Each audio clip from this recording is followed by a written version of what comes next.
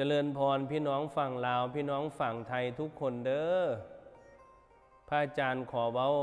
สำเนียงบ่าวแก้วคนลาวพระอาจารย์มักสำเนียงบ่าวแก้วถ้าบ่าวแก้วเบิ่งคลิปพระอาจารย์อยู่พระอาจารย์บอกว่าพระอาจารย์เป็น FC บ่าวแก้วเด้อ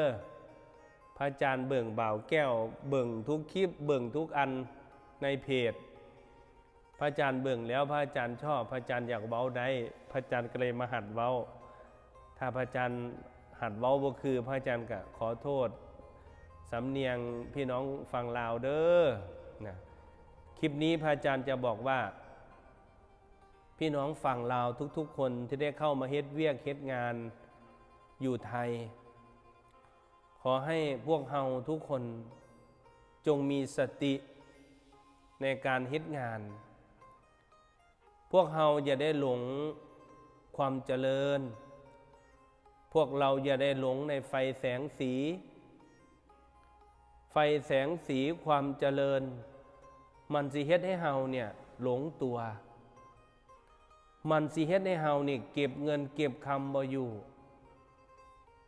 พระอาจารย์เห็นหลายคนมาเฮ็ดเวียกเฮ็ดงานอยู่ไทย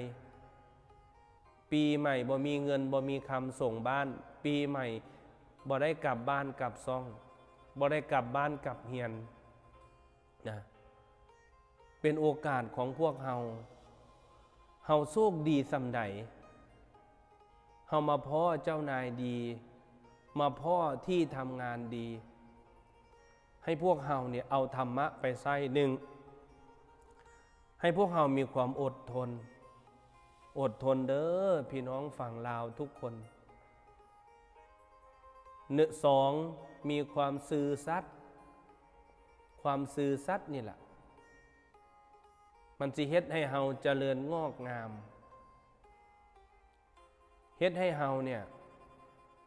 เป็นคนที่ทุกคนเขาฮักเฮา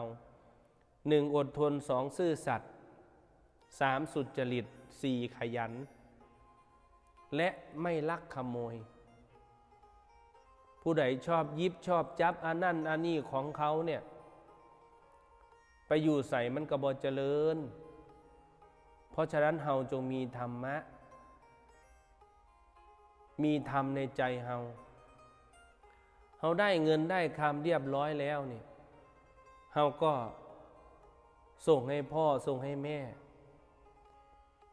แต่ละวิกแต่ละเดือนเงินออกมาเฮาได้ให้พ่อเฮาบ่เฮาได้ให้